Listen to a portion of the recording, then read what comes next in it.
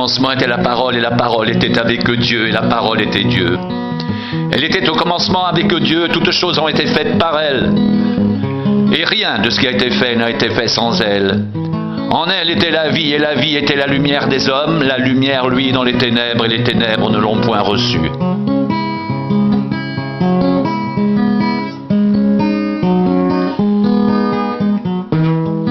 Cette lumière était la véritable lumière qui, en venant dans le monde, éclaire tout homme.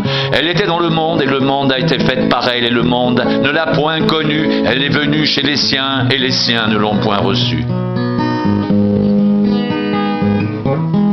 Mais à tous ceux qui l'ont reçu, à ceux qui croient en son nom, elle a donné le pouvoir de devenir enfants de Dieu, lesquels sont nés, non du sang, ni de la volonté de la chair, ni de la volonté de l'homme, mais de Dieu. Et la parole a été faite chair. Et elle a habité parmi nous, pleine de grâce et de vérité.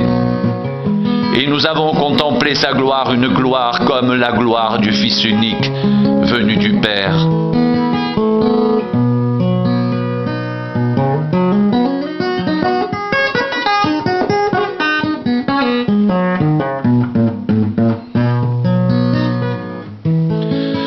Après avoir autrefois à plusieurs reprises et de diverses manières parlé à nos pères par les prophètes, Dieu, dans ces derniers temps, nous a parlé par le Fils qu'il a établi héritier de toutes choses, par lequel il a aussi créé le monde, et qui étant le reflet de sa gloire et l'empreinte de sa personne, et soutenant toutes choses par sa parole puissante, a fait la purification des péchés, et s'est assis à la droite de la majesté divine dans les lieux très hauts, devenu d'autant supérieur aux anges qu'il a hérité d'un nom plus excellent que le leur, car auquel des anges Dieu a-t-il jamais dit, tu es mon fils, je t'ai engendré aujourd'hui, et encore je serai pour lui un père, et il sera pour moi un fils.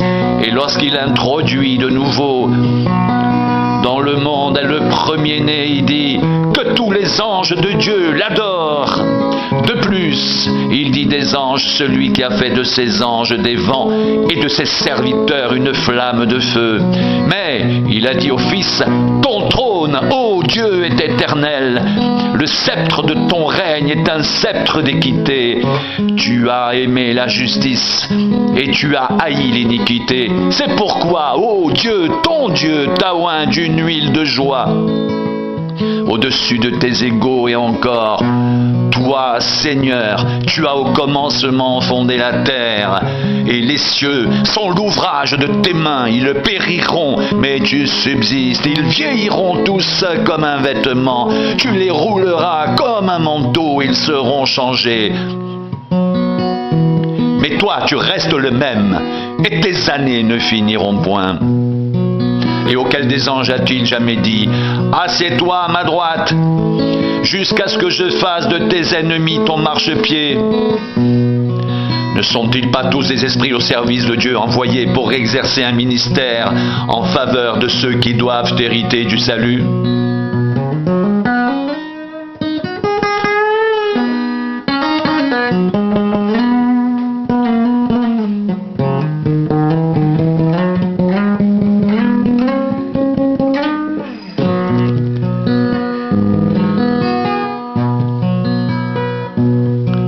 Ce qui était dès le commencement, ce que nous avons entendu, ce que nous avons vu de nos yeux, ce que nous avons contemplé et que nos mains ont touché concernant la parole de vie, car la parole a été manifestée.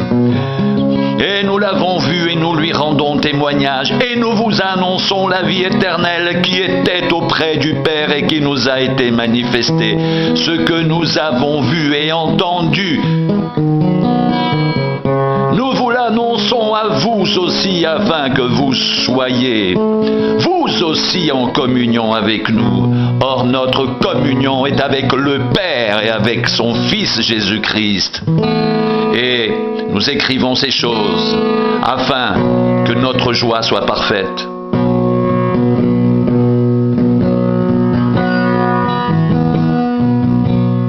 Nous savons que nous sommes de Dieu, et que le monde entier est sous la puissance du malin.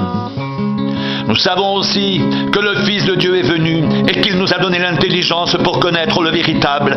Et nous sommes dans le véritable en son Fils Jésus-Christ. C'est lui qui est le Dieu véritable et la vie éternelle. Petits enfants, gardez-vous des idoles.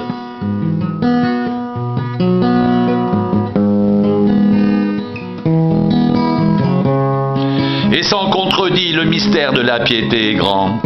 Dieu a été manifesté en chair, justifié par l'Esprit, vu des anges, prêché aux gentils, cru dans le monde, élevé dans la gloire.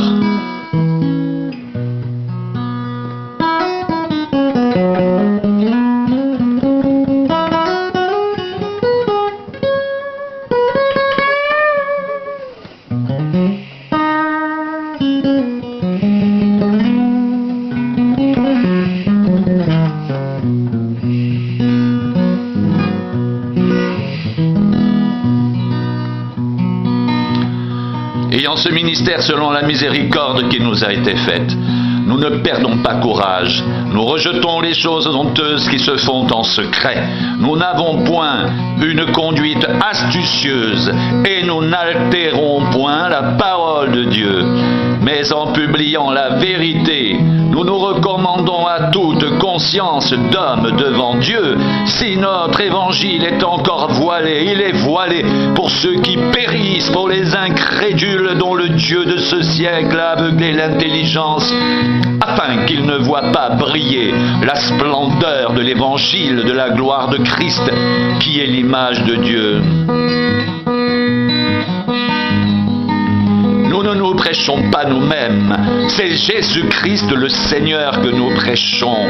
Et nous nous disons vos serviteurs à cause de Jésus, car Dieu qui a dit la lumière brillera du sein des ténèbres, a fait briller la lumière dans nos cœurs pour faire resplendir la connaissance de la gloire de Dieu sur la face de Christ. Nous portons ce trésor dans des vases de terre afin que cette grande puissance soit attribuée à Dieu et non pas à nous.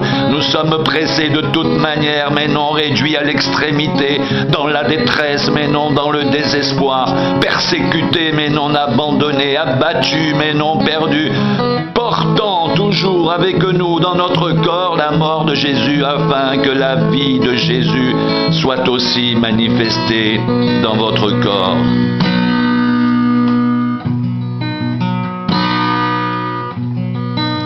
Car nous qui vivons, nous sommes sans cesse livrés à la mort à cause de Jésus, afin que la vie de Jésus soit aussi manifestée dans notre chair mortelle. Ainsi la mort agit en nous et la vie agit en vous. Et comme nous avons le même esprit de foi qui est exprimé dans cette parole de l'Écriture, j'ai cru, c'est pourquoi j'ai parlé, nous aussi nous croyons, et c'est pour cela que nous parlons, sachant que celui qui a ressuscité le Seigneur Jésus nous ressuscitera aussi avec lui et nous fera paraître avec vous en sa présence.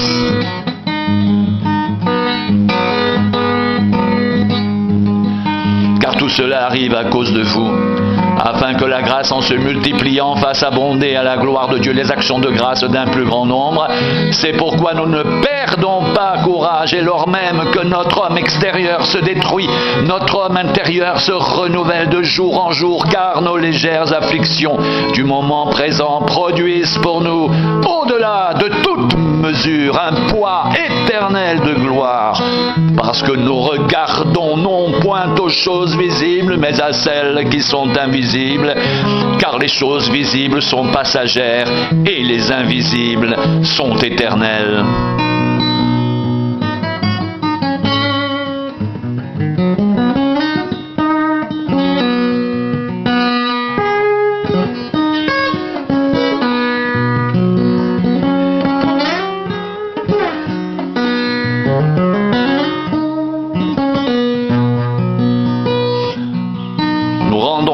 À Dieu Dieu le Père de notre Seigneur Jésus-Christ. Et nous ne cessons de prier pour vous, ayant été informés de votre foi en Jésus-Christ et de votre charité pour tous les saints, à cause de l'espérance qui vous est réservée dans les cieux, et que la parole de la vérité, la parole de l'Évangile vous a précédemment fait connaître.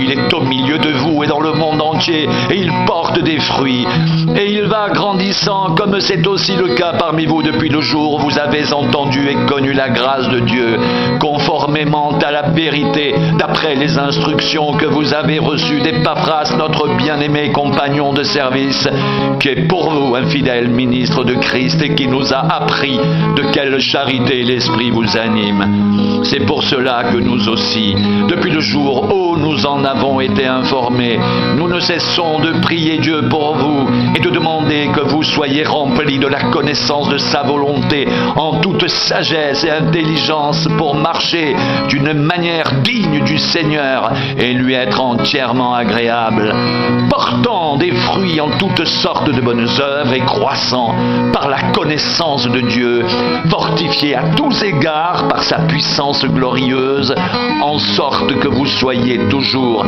et avec joie, persévérants et patients.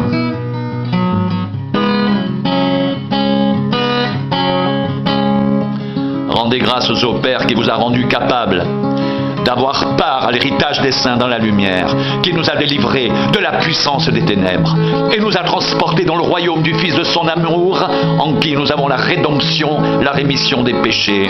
Il est l'image du Dieu invisible, le premier-né de toute la création, car en lui ont été créées toutes les choses qui sont dans les cieux et sur la terre, les visibles et les invisibles, trône, dignité, domination, autorité, tout a été créé par lui et pour lui.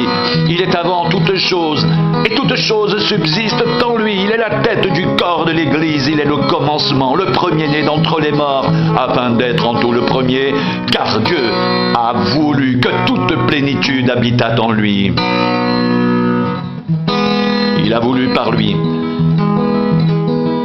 réconcilier tout avec lui-même, tant ce qui est sur la terre que ce qui est dans les cieux, en faisant la paix par lui, par le sang de la croix.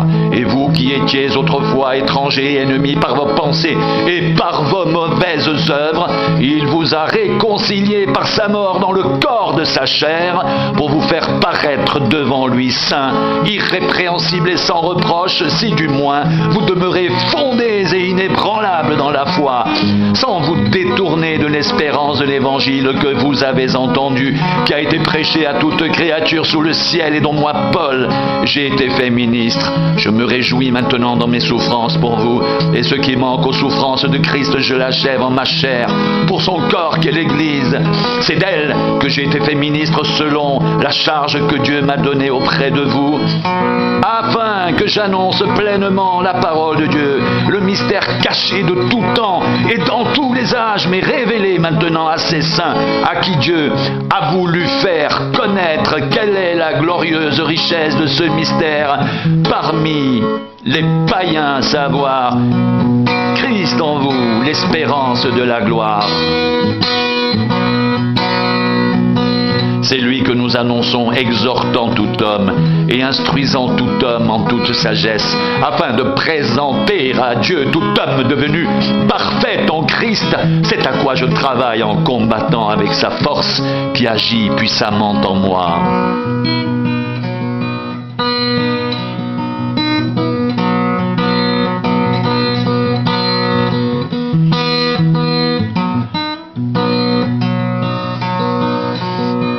De même que le serpent séduisit Ève par sa ruse, je crains que vos pensées ne se corrompent et ne se détournent de la simplicité à l'égard de Christ. Oh, si vous pouviez supporter de ma part un peu de folie, mais vous me supportez, car je suis jaloux de vous d'une jalousie de Dieu, parce que je vous ai fiancé à un seul époux, pour vous présenter à Christ comme une vierge pure. Toutefois, De même que le serpent séduisit Ève par sa ruse, je crains que vos pensées ne se corrompent et ne se détournent de la simplicité à l'égard de Christ, car si quelqu'un vient vous prêcher un autre évangile, un autre Jésus que celui que nous avons prêché, ou si vous recevez un autre esprit que celui que vous avez reçu, ou un autre évangile que celui que vous avez embrassé, vous le supportez fort bien. Or j'estime que j'ai été inférieur en rien à ces apôtres par excellence. Si je suis un ignorant sous le rapport du langage, je ne le suis point sous celui de la connaissance, et nous l'avons montré parmi vous à tous égards et en toutes choses. Ces hommes-là sont de faux apôtres, des ouvriers trompeurs déguisés en apôtres de Christ. Et cela n'est pas étonnant puisque Satan lui-même se déguise en ange de lumière. Il n'est donc pas étrange que ces ministres aussi se déguisent en ministres de justice. Leur fin sera selon leurs œuvres.